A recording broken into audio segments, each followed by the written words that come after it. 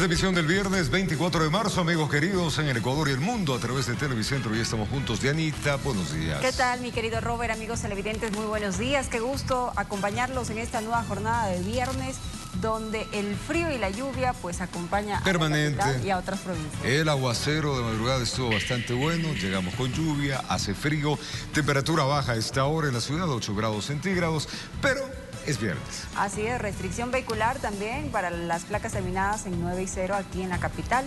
Tomen las precauciones del caso, llueve bastante fuerte en algunos sectores, sí, así claro, que no exceda el límite de velocidad. Bueno, sonría, póngale buenas energías, quítese la mala onda y dele el día lo que se merece, ¿no? Así que a vivir un día a la vez, que todo sea bueno. Hay mucho para contarle, como siempre, así que iniciemos. Así es, vamos a arrancar de inmediato ya con las noticias. Este viernes el Consejo de la Administración Legislativa CAL ha sido convocado para volver a tratar el pedido de juicio político en contra del presidente. Esto luego de que los proponentes entregaron la tarde de ayer el documento completo con los errores detectados, o sea, corrigieron los errores y la tipificación de los delitos. Vamos. Este jueves, los 4 proponentes del juicio político en contra del presidente de la República, Guillermo Lasso, presentaron el documento donde completaron los artículos del COIP para sustentar la denuncia de concusión y peculado por el que estarían acusando al mandatario. La legisladora y miembro del CAL, Joana Moreira, señaló que dichas correcciones estarían invalidando este pedido, ya que los plazos y formas ya precluyeron. Lo que debe hacer la Asamblea Nacional a través de Secretaría es remitir esta solicitud de enjuiciamiento que fue verificado cumplimientos y que tiene que enviarse la inicial. Ya no podría enviar una porque estarían alterando el procedimiento, alterando incluso el contenido de la misma. A esto se suma que el presidente de la Comisión de Fiscalización denunció un nuevo error en el sustento del artículo 80 de la ley legislativa, donde se estaría citando una sentencia que la Corte Constitucional dio por el pago de una indemnización a una asociación de fabricantes de alimentos. El mayor error en este caso es tratar de llevar un juicio político a un presidente, pues un primer mandatario, sin causales. A este se suman una serie de errores de forma y en este sentido pues artículos que han sido mal invocados.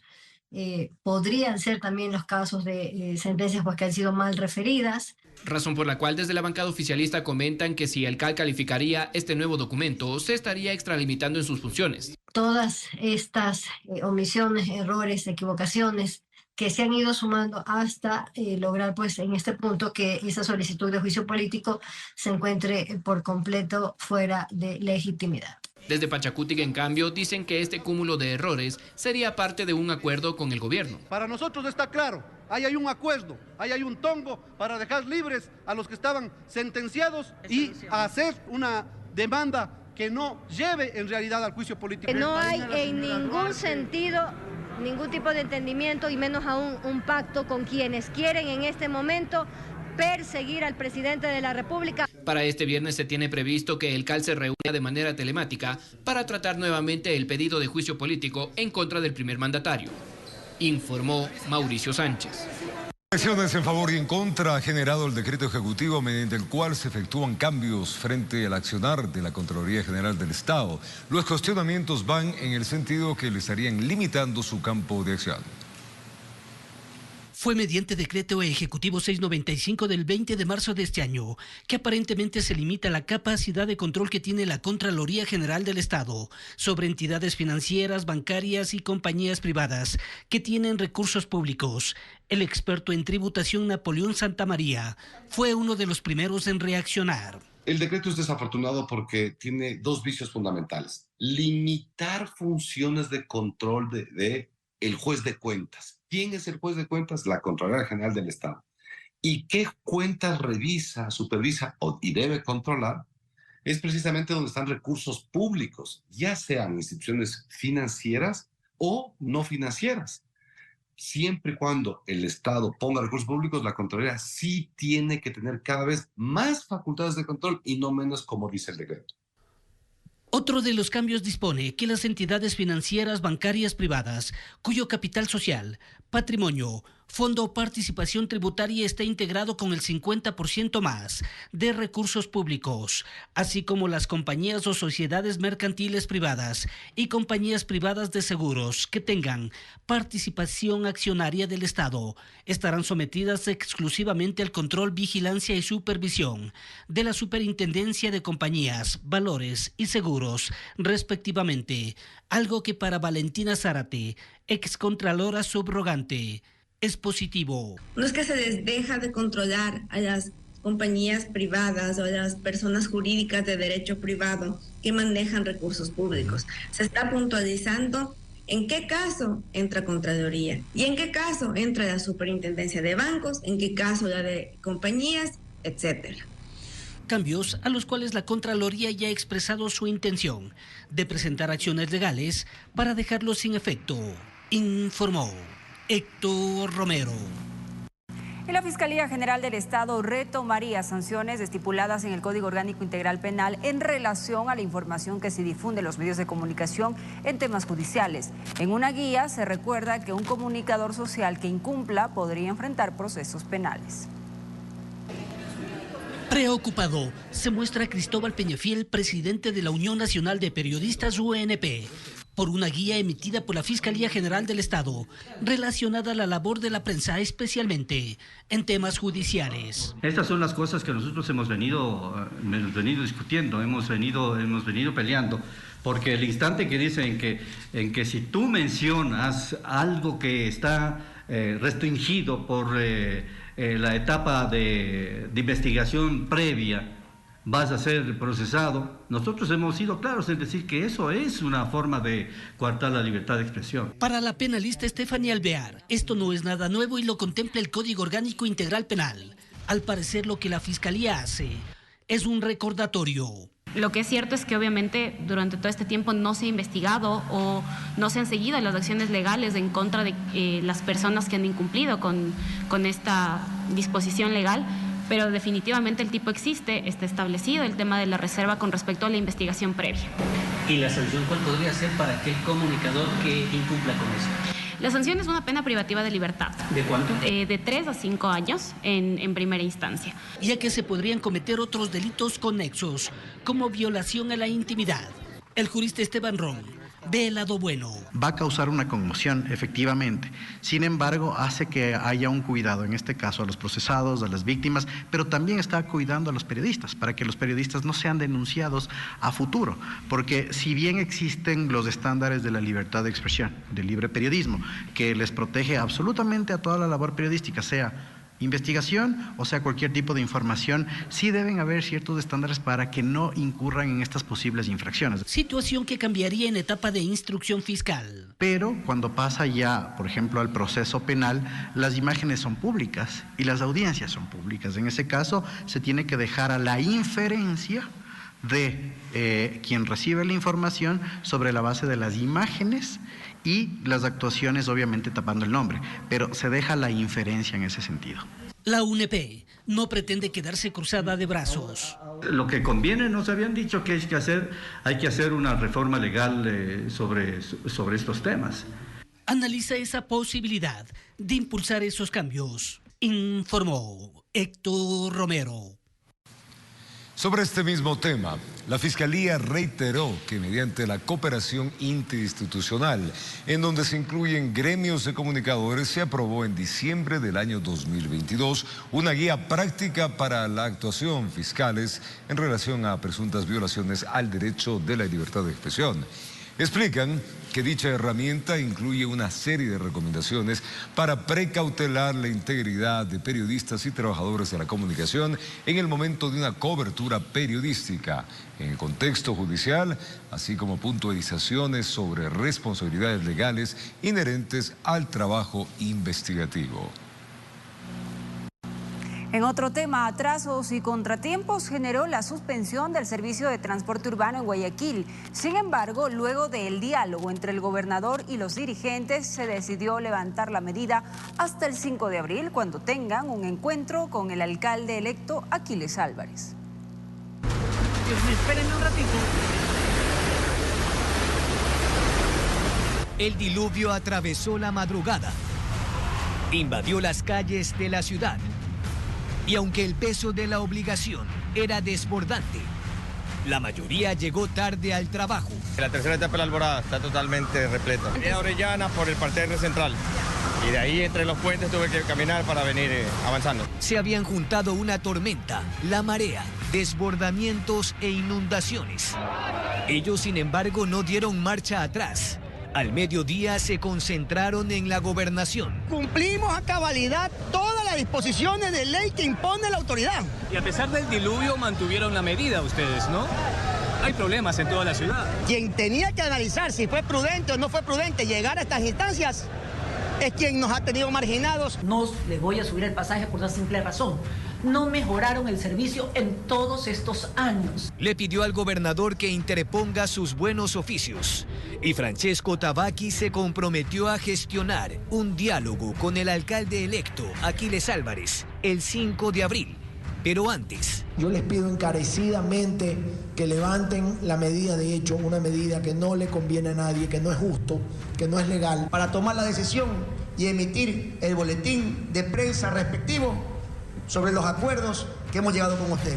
Informó a las bases que en la tarde instalarían la asamblea con las 52 cooperativas y hubo humo blanco. Otorgando una tregua, porque somos sensibles a las necesidades, reanudar el servicio de transporte pública a partir del día de mañana, desde primeras horas de la madrugada. Entonces, esta sería la última noche de un peregrinaje bajo el agua.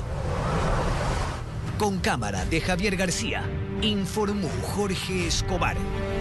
Este puede contarles que el SNAI informa que en la atención al pedido de revocatoria presentada por el Estado el día 17 de marzo, en donde es concedido el beneficio de prelibertad a Yuyo Roldán, la jueza de la Unidad Judicial Especializada de Garantías Penitenciarias de Guayaquil resolvió revocar dicho beneficio y declarar a Roldán como prófugo de la justicia. Se dispuso además la emisión de las boletas de captura.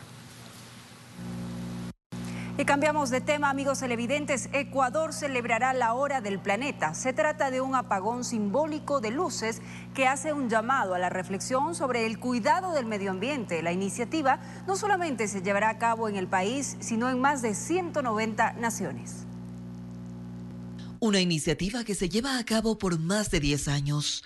La Hora del Planeta, un llamado simbólico a reflexionar sobre las consecuencias del cambio climático y las medidas que se pueden tomar para cuidar la salud del planeta y sus habitantes. Sin embargo, este año, la propuesta tiene una particularidad: tomar conciencia sobre el desperdicio de alimentos. 1/3 de los alimentos en el mundo se desperdician. Entonces, hacer un poco de conciencia en este sentido, servirnos lo que vamos a comer y tomar en cuenta que esto es una problemática social, económica y no solo ambiental, el desperdicio de alimentos. Y que desde nuestra casa, desde nuestro hogar, podemos hacer algo al respecto. La Hora del Planeta es uno de los movimientos más grandes del mundo por el medio ambiente, impulsado por la organización internacional Worldwide Fund for Nature, en español Fondo Mundial para la Naturaleza. Más de 190 países se sumarán al apagón de unos 17.000 monumentos, edificios y espacios públicos. Después de tantos años, seguimos celebrando la Hora del Planeta una vez al año. La idea es darle un respiro al planeta durante 1 hora y estamos celebrándolo en 7.000 ciudades, 190 países a nivel mundial. A decir de la directora de operaciones, los próximos 7 años son cruciales para mantenernos dentro de los límites planetarios. De lo contrario, pasaríamos a un estado de degradación ambiental irreversible y en el que se sufrirá graves impactos del cambio climático. Por eso, la importancia de esta iniciativa. Diferentes ciudades en el Ecuador. Entonces, ya estamos viviendo las reacciones de la naturaleza de tanta explotación que hacemos. Y por eso es parar un momento, porque son recursos naturales que sí se acaban. Entonces, poder llamar a la conciencia, dejar de ser tan extractivos. Es así que si usted quiere ser parte de esta gran iniciativa por beneficio del planeta, recuerde que será este sábado 25 de marzo, desde las 20:30 hasta las 21:30. En Quito informó Ismenia Solórzano.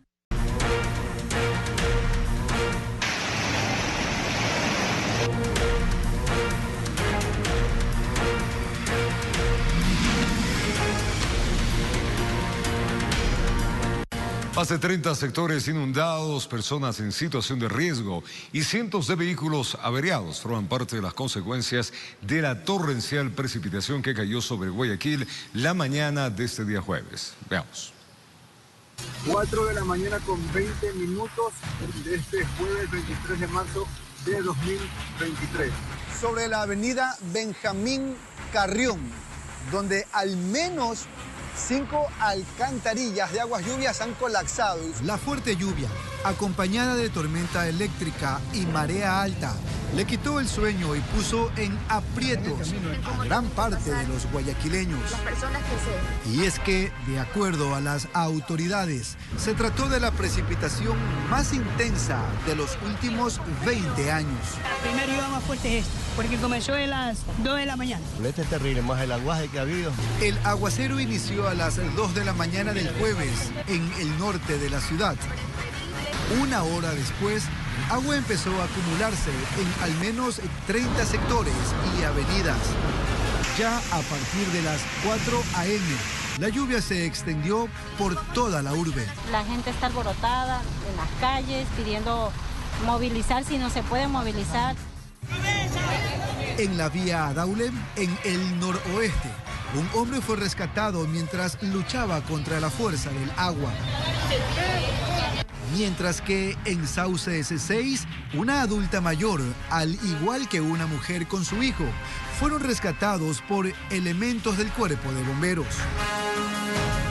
En tanto, en la avenida Benjamín Carrión, frente a la sexta etapa de la Alborada, varias alcantarillas colapsaron, provocando que el líquido salga a borbotones.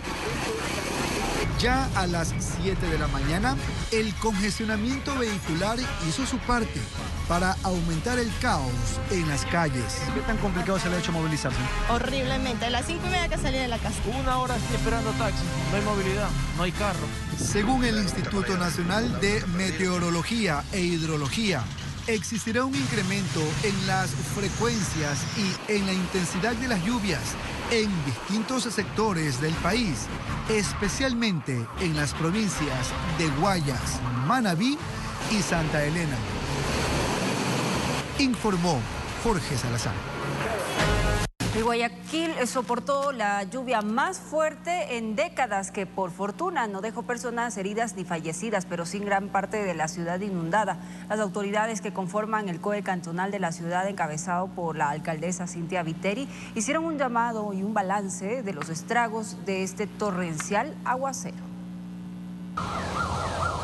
Desde hace 25 años, en Guayaquil, no se había registrado una lluvia así de fuerte, acompañada de tormenta eléctrica. Lo dijo la alcaldesa Cynthia Viteri en la sesión del COE cantonal.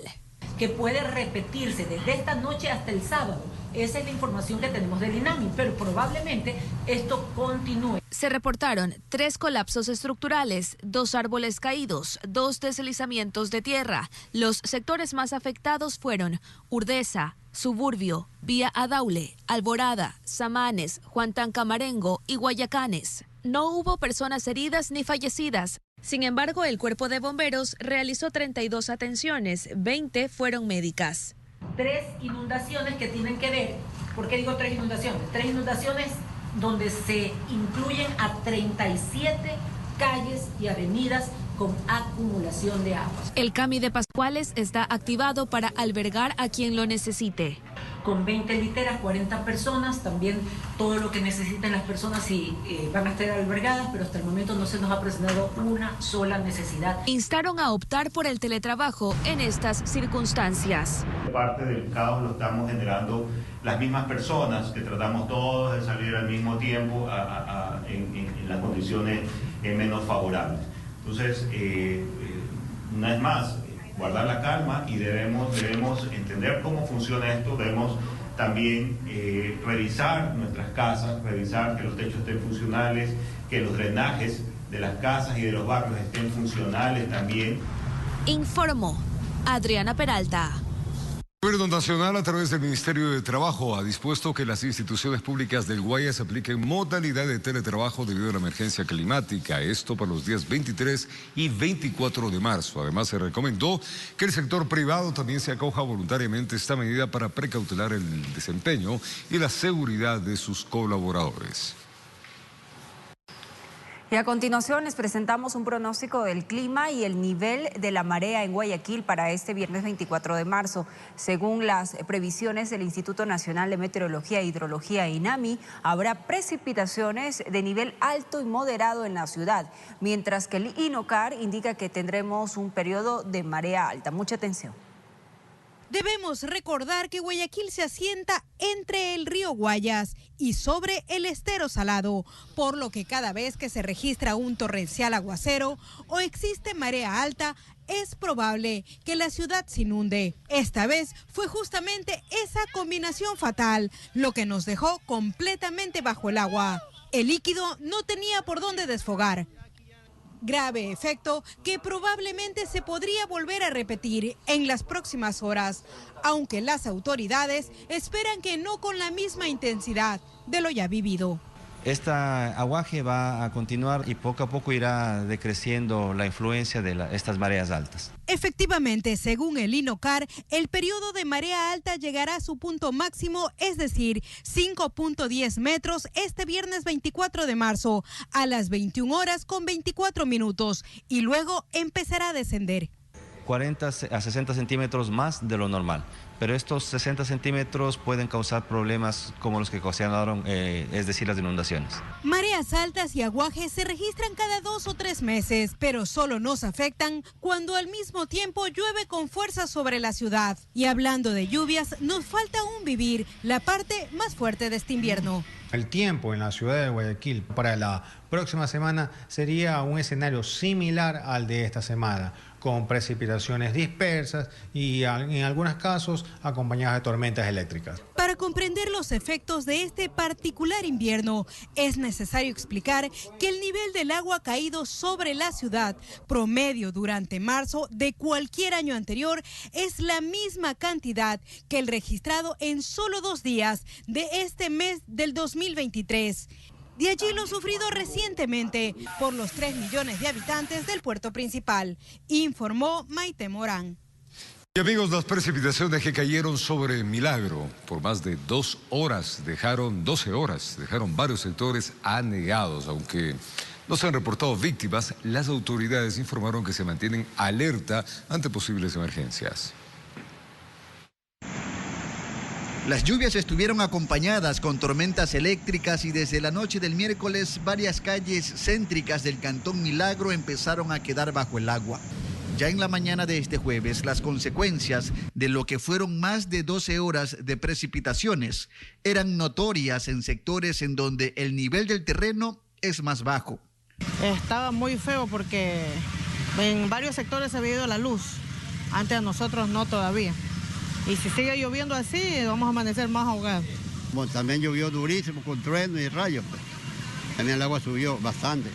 Quienes tuvieron que sacar el agua que ingresó hasta sus casas, aún en zonas céntricas, reconocen que estas inundaciones no pudieron evitarse ni prevenirse, pues contra la naturaleza nadie puede. Sí, está fuerte, francamente, pero así es ya, hay que esperar la voluntad de Dios. Hay que esperar nomás. Uy, el primer aguacero del año, pero fueron como 8 horas de agua. Desde la alcaldía de Milagro emitieron un comunicado indicando que los 5 sistemas de bombeo con los que cuenta la ciudad estaban operativos. Pero sí le pedimos a la autoridad de que cuando ya esto comienza a bajar, se preocupen por el regado del río, que está bastante encima. Sin embargo, el nivel del agua en el río incrementaba poco a poco, y si las lluvias continúan, las afectaciones podrían ser peores. En Milagro informó Miguel Laje. Y el fuerte temporal invernal causó inundaciones y deslizamientos en Jaramijó y Manta, en la provincia de Manabí. En el puerto Manabita, una vivienda colapsó y otras 30 resultaron afectadas por inundaciones. En Manta, una casa colapsó y otras 30 resultaron afectadas por inundaciones después de 3 horas de un torrencial aguacero que causó estragos en las zonas bajas de la ciudad. El momento de que cayó, llovió duro, no hay chance de sacar nada de alcantarilla, nada. ¿Ya no pudieron salir? Nada. Yo pensé llenarme y al otro lado full. Todo lo que me ha dañado. Nada. No. Durante la emergencia, 4 personas, entre ellas niños, quedaron atrapadas por inundaciones. 3 niños que no podían salir por la cantidad de agua que se dio.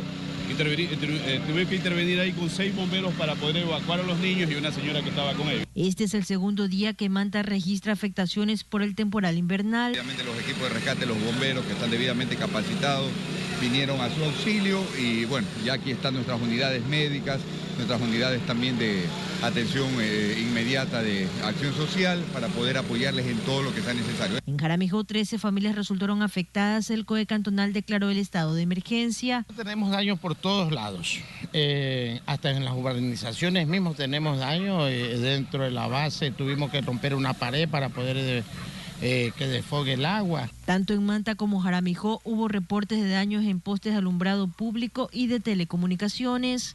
Aquí primera vez que ha llegado hasta allá a mi casa.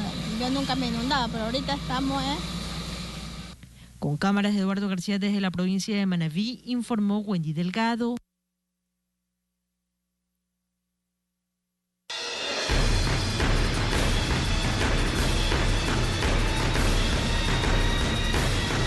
Mucha atención, Durán fue declarado en emergencia sanitaria ante el aumento de casos de leptospirosis. Esto permitirá obtener recursos para evitar la propagación de la enfermedad y solventar las necesidades por las afectaciones del temporal. El COE cantonal de Durán se reunió para evaluar la situación invernal y en la mesa se analizó el aumento de casos de leptospirosis que ya registran 51 confirmados. Por tal razón, queda aprobada entonces la declaratoria de emergencia sanitaria en el Cantón Durán. La medida tendrá una vigencia de 30 días para que se destinen recursos que serán invertidos en evitar la propagación de leptospirosis y el mejoramiento del sistema de alcantarillado sanitario y pluvial de la ciudad. La emergencia para agilitar los recursos y para agilitar la contratación, netamente para los temas sanitarios. El alcantarillado, el tema del agua, como es también la desratización, en este caso, que está siendo el problema en cuanto a leptospira, ¿no? Con recursos que nos permitan no solamente mejorar o aumentar la capacidad, en este caso de recolección de basura que se estaba conversando, sino también el tema de controles de vectores.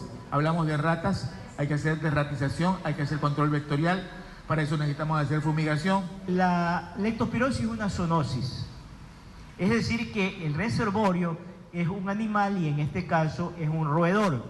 El roedor, a través de sus riñones, elimina permanentemente la bacteria y es la que contamina el medio ambiente, y ese medio ambiente húmedo contaminado de agua contamina al resto de animales domésticos. La mesa técnica ratificó el compromiso que debe mantener la ciudadanía en el respeto de los horarios de recolección, evitar arrojar basura a los sumideros y recoger las heces de las mascotas, informó Roselena Vascones. Y la ONU publicó su más reciente informe por el Día Mundial del Agua, en el que estima que para el 2050 al menos 2.400 millones de personas sufrirán por escasez de agua. En Ecuador, por ejemplo, según cifras oficiales, el 82% de la población tiene acceso al agua potable. Santa Elena es otra provincia del Ecuador que tiene problemas con el agua potable, saneamiento y alcantarillado. Lo que pasa en el barrio Nuevo Amanecer es un ejemplo de cómo tienen que vivir los ciudadanos. También tengo un pozo séptico y también emana la necesidad de tener el agua potable. En ese sentido, la alcaldesa electa asumirá el cargo en mayo con un plan definido y nos explica. Este año vamos a enfocarnos específicamente a culminar los alcantarillados que están en proceso y que ya están por culminar. De hecho, hay algunos que están muy avanzados. En el tema de la planta de agua potable hay una inversión todavía que se debe hacer. Estoy segura que este año lo vamos a poder culminar. De acuerdo al último análisis de la Agencia de Regulación y Control del Agua, se establece que la cobertura de agua potable es del 82%. Entre las provincias con los registros más bajos, además de Santa Elena, están Guayas, El Oro, Esmeraldas, Manabí, Santo Domingo, Napo, Cañar y Bolívar. En el sector rural todavía tenemos un déficit de saneamiento ambiental. Y en lo que tiene que ver con el saneamiento básico, la cobertura únicamente es de 71%. Ya el país cuenta con la regulación que controla la calidad de agua. es que según el informe 2023 de la ONU, cada año mueren 1,4 millones de personas por enfermedades ligadas a la calidad del agua. Indica que se han llevado a cabo acciones conjuntas para garantizar la seguridad hídrica de los ecuatorianos, como recuperar los páramos, buscar mecanismos financieros para la conservación y establecer áreas de protección. Es un espacio territorial que es de alta o muy alta importancia hídrica porque allí se encuentran las fuentes hídricas naturales. Tenemos una meta de llegar al año 2025 con 284.000 hectáreas de todo el territorio nacional. Recordemos que estimaciones de la ONU indican que en 2050, 2.400 millones de personas sufrirán por escasez de agua. Y empezar a utilizar menos, a lavar, por ejemplo, a dejar de lavar el auto con la manguera, a dejar de la llave abierta mientras uno se jabona, o cositas chiquitas que parecería que son mínimas. Sin embargo, si 16 millones de personas que somos en el Ecuador logramos concientizarnos de la necesidad de conservar el agua, utilizar el agua de mejor manera, estoy seguro de que vamos a tener agua por mucho tiempo más. Informó Adriana Peralta. Este día sábado 25 de marzo se realizará la Caravana por la Vida, Familia y Libertad en contra de la despenalización del aborto y en defensa al derecho de la vida desde su concepción. En el marco del Día del Niño por Nacer, que se conmemora el 25 de marzo en el Ecuador, agrupaciones pro vida y pro familia convocan a una movilización pacífica en las principales ciudades del país. Esta caravana se hace en rechazo a la sentencia de la Corte Constitucional que, después de haber aprobado el aborto por violación, cosa que está en contra de la misma Constitución, quiere quitar, además, o más bien sentenció quitarle el que los médicos sean objetores de conciencia, lo cual quiere decir que el médico per se está obligado a practicar un aborto en el supuesto caso por violación. La Caravana por la Vida, Familia y Libertad partirá del kilómetro 12 de la avenida León Febres Cordero y llegará hasta la Plaza San Francisco en la avenida 9 de Octubre y Pedro Carbo. Vamos a enviar un mensaje fuerte y claro a los asambleístas, a la Corte Constitucional, a todos los estamentos del Estado para que atiendan nuestra demanda y consideren que los derechos de los padres de familia y los derechos de los niños por nacer están vigentes en nuestra Constitución, con un manifiesto que daremos lectura en el lugar. Ser la voz de los niños que no han nacido, de los niños que son catalogados como una carga y que es mejor abortarlos, y no es así. Ellos tienen también el derecho, los niños con discapacidad, porque antes que nada son personas, tienen derecho de venir al mundo. La concentración se enfoca en 3 objetivos centrales: defender al no nacido, en contra del aborto; segundo, los médicos tienen derecho a ser objetores de conciencia; y tercero, queremos que los padres eduquen a sus hijos según su moral, no según la ideología de género. Informó Roselena Vasconés.